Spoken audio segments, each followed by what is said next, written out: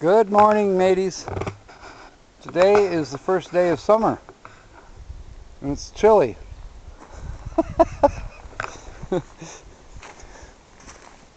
I am in a camping area just off of Carr Canyon Road, south of Sierra Vista, Arizona. And my friend and I, this is the lady that helped me with my second flat tire I had down here, and her dogs. She's taking her dogs for a walk, and I'm tagging along. It's just beautiful through here. We did not get any rain last night, and Kathy, it's Kathy, right? Right. For a second there I was glitching.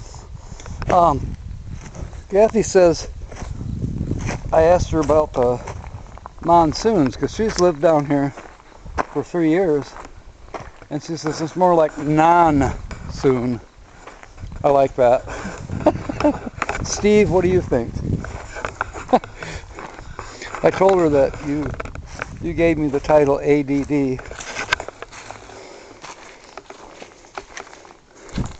So I didn't think we were going to be able to do much video this morning because it was so overcast. But now the sun is peeking out. What is that structure there? I don't know. That's I think it's an old frame for water. Looks like monkey bars, Yeah. which are outlawed now. It's the jungle gym. You can't, yeah, the jungle gym. You can't have stuff like that in the playground not anymore. But we'll still give you a trophy for showing up. Carr Nature Trail. I better tell people the dog's name. Maddie. Maddie. And Anna. She's a good old girl, yeah. Say hi to YouTube.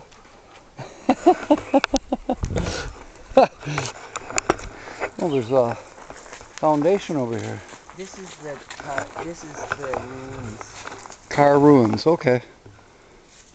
This is where a family originally homesteaded. And their last name was Carr, I'll bet. I don't think so. The plaque's up here. You can read the plaque. So this was their homes. These were their homes. So it was almost like a colony. I don't know. You have to read the plaque. Okay. Read the plaque, Jack. And that's a fact. That's a fact. I know there was 3 families.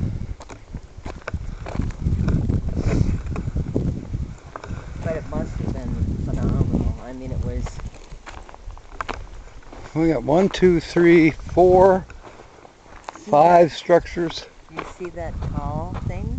There's a chimney there. Oh, I do. Walk up those steps and take a picture. I'll be darned. Here's the plaque. We'll take a plaque picture.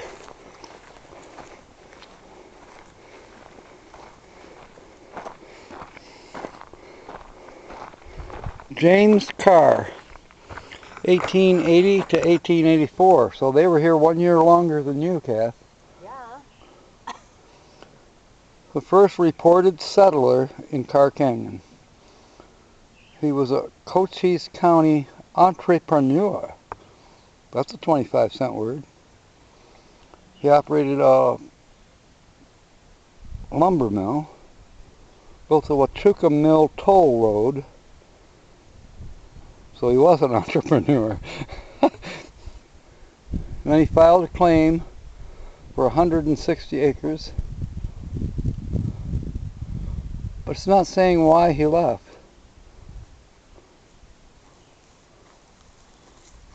Another one, Robert Todd, moved here and concentrated on growing fruit. Apparently this was after Carr left.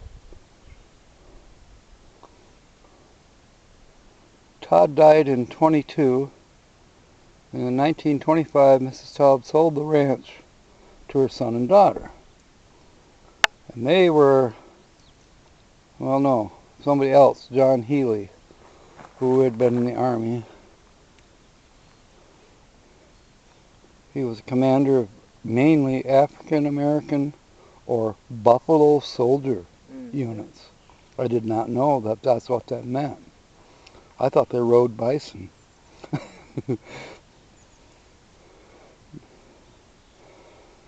They led lion hunts and collecting biological specimens.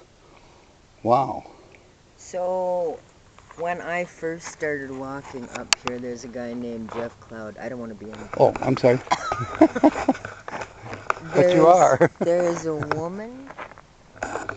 So Jeff McLeod, who lives down the road, would come up every day and deliver the mail to the couple that lives just about a half a mile up across the road. They're elderly. Called the Carr house? No, but it's their house is literally across the road and up the hill. Okay. And so, but he passed away. So she's up here by herself. Wow. And maybe she's not even here anymore. I don't know. Wow. But they're the only two people that live up here. Right. But if you walk up the steps, you can see the chimney. I might as well do that. Yeah. These are the garages.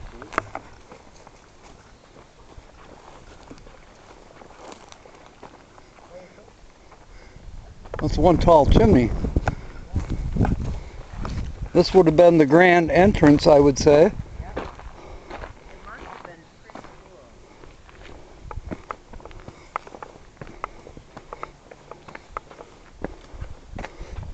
cool. Pretty doggone big house. Wow. This would have been a mansion.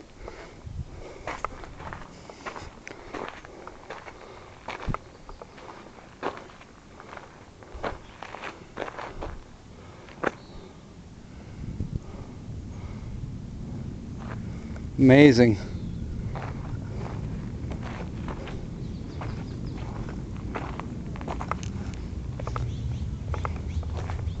Is that a C-30?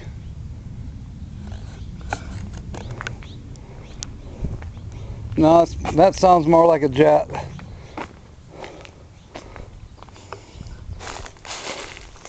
A smaller jet.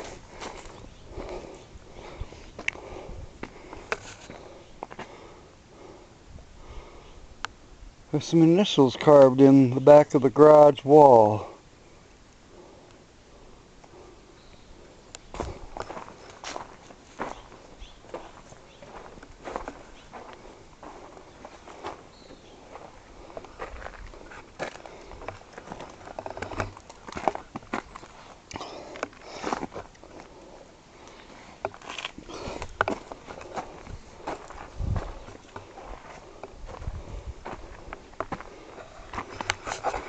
Pretty cool.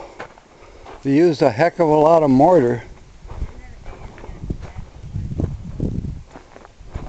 It was more for the decor than it was for the actual. Let's put it this way. They didn't lack funds.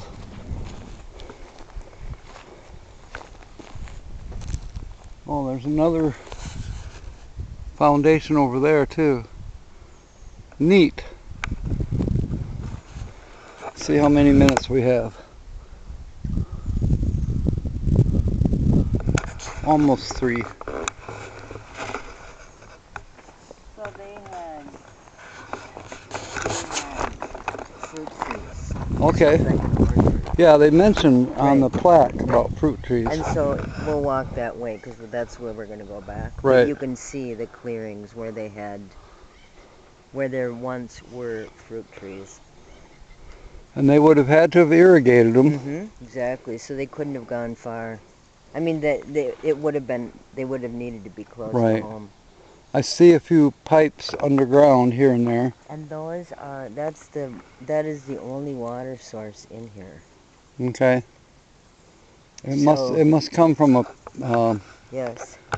well, they don't call it a pivot well, but it's, you know, pretty, like 6-inch water pipe going down into the ground. Well, they tell me that there actually is water, but it's Underground. Right. And so Anna's got a little, there's just a little tiny place down there with enough water where you can sit in it. Huh. It's skanky. It makes you smell so bad. I found a place over by Miller Peak that was like that. Yeah. And Jill tells me that it only runs for a few weeks. Right. It's the melting snow. Right.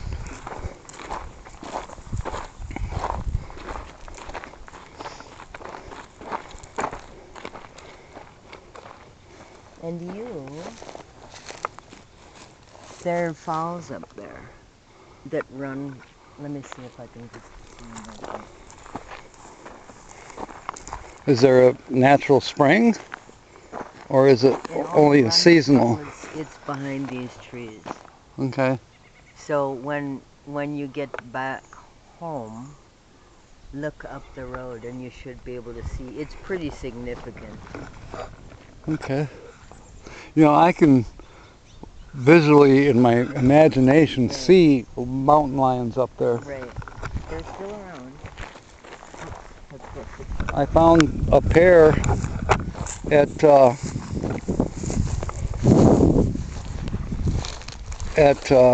Craggy Wash up by Lake Havasu. Oh. And I have a telephoto camera that Lily gave me, and by the time I got it set up,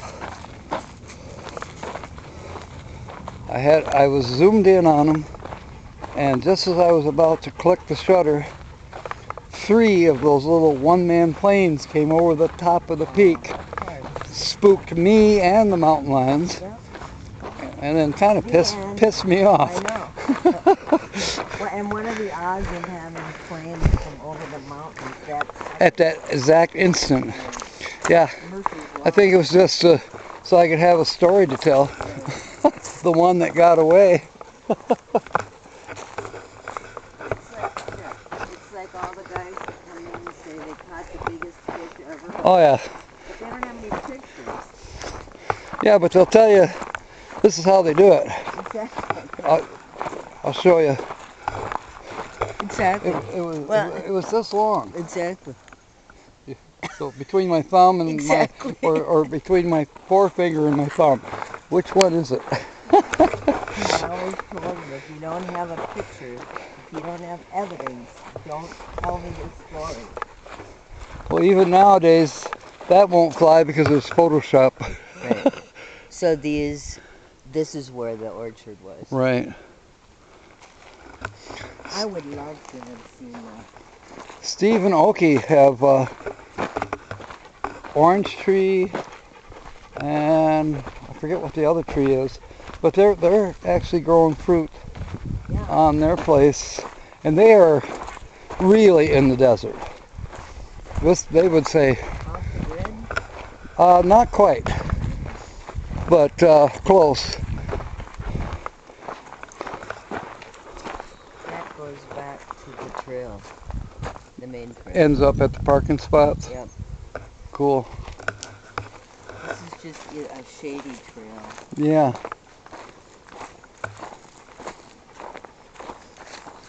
Come on, Annie.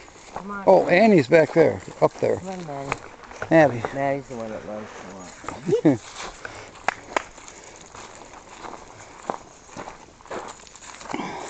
So you do this every day? Yep. Cool. And then I go home and I work my ass off.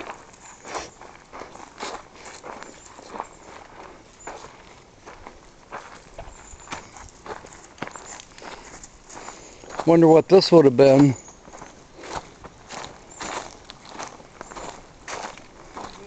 just for the animals. Oh. They have turkeys back there. Okay. And deer. And I did see mule deer a month ago when I was here.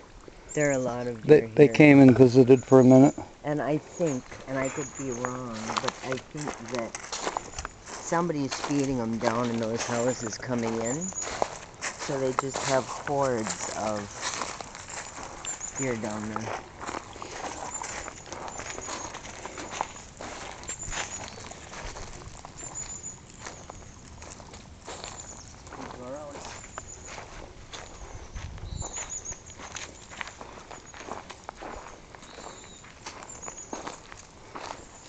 Well, if they do have monsoons, Yes, monsoons. they must have had something, because otherwise all this would not be here. Right. Oh, the Blue Jays must have remembered me. They came to camp early this morning. Okay, they're saying get out, get out, get out. Yeah, feed us, feed us. If you have anything to eat, it's breakfast time. Yeah, well, they remember the last time I was here, I gave them bread. And those little hogs, they can fly off with a whole slice. They do the same up in Michigan, but they don't look the same. So I guess these are Western Blue Jays. Yeah. And they actually don't even sound the same. But there are no secrets. I mean, they are like the warning. Yeah, exactly. They're coming, they're coming, they're coming. Jack's here, Jack's here.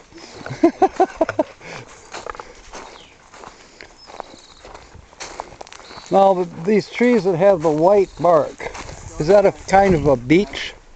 I don't know. Okay. But when I look at them, I can see a wildcat laying on one of the branches. You do have a good imagination. Well, it makes you think. Yeah.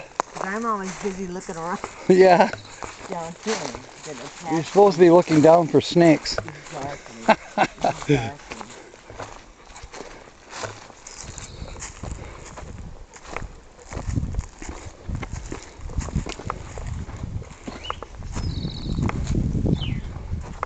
Can you hear the birds? Yep. Wonder what they are. One of them is a bobwhite. Okay. The other I don't know. Anything about birds. Come on, Anna. Come on. Well, you didn't have to run. You could have. I have to be ahead. Come on, Maddie. Come on. Come on.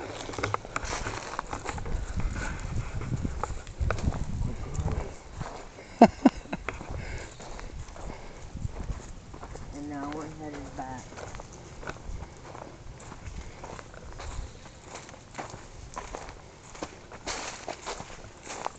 I got something in my shoe. I gotta get out. You have to do what? I gotta get something out of my shoe. Oh, okay. So you said you have to work your butt off this afternoon. What is it that you do? Everything. Everything, okay. I just took pictures of the house. They're listing it on their own. So yesterday, with 2 dogs and a cat, everything is covered. Everything is full of hair. So it wasn't. Sounds like you have more housekeeping to do than I do. Exactly. Yeah. Thank you. Okay. I'm good. Maddie, go. We're okay. When I was in Tucson, in St. Mary's Hospital, I met a lady there. She worked second shift. She was, head nurse. But she has a ranch.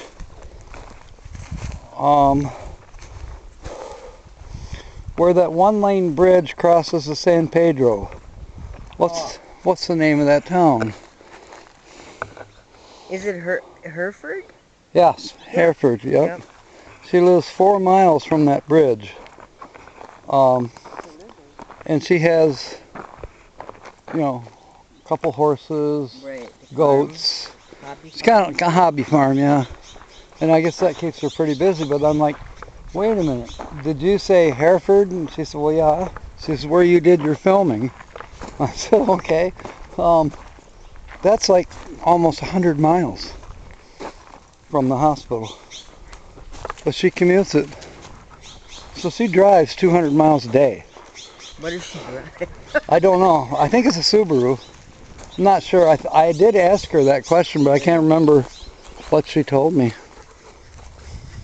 Something economical. Exactly. Yeah, it would have to be. Yeah. I'm sure she makes pretty good money as a nurse, but. Well, you'd be surprised. I think the only nurses that make good money are the traveling nurses. I've heard that. one of my first channels that subscribed to me, and then I also met them in North Carolina. Their channel name is Nursing Our Travel Bug. Yep. And they're a family of 6. They have 4 children. Bill is 6'9". He's a nurse. Yep. His wife, I'll think of her name in a minute, Natasha, she's 4'8". Definitely. And they have a Class A motorhome, and That's what they do. they work for a while in a certain area where they hire traveling nurses, and then when they get the urge, they move on. They homeschool their kids. Quite the family. That's my mark. Ah, that's your trail marker. Yep. Steve and I talked about that too. You make a mark. Yep.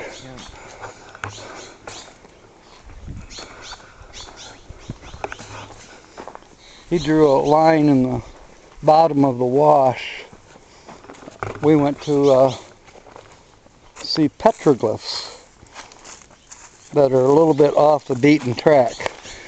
You basically have to be a local and know where they are. It's not like they're advertised on the side of the road. In 200 miles you'll be... Exactly. There'll be pictures on the walls. Yeah. I actually did not stop in New Mexico because I was starting to get suspicious. This isn't the right one. Yes, it is. Can you see that? I can see my gas can by the back of the truck. Oh, good. Thank God I've got you.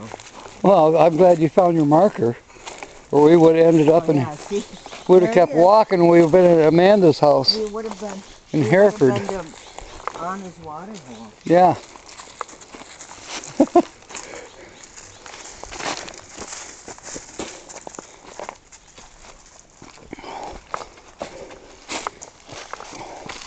We didn't bring our walking sticks. I have one. It's a cheapie, but it works okay. Yes, they come in very handy when you need them. At the Valero gas station where I've worked in, let's walk down here real quick. They have walking sticks that are they're actually made out of hardened wood and carved out. Pretty cool.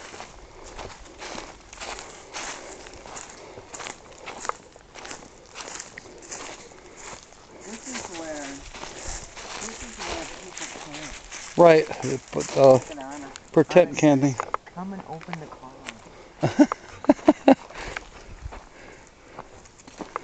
So, this white dog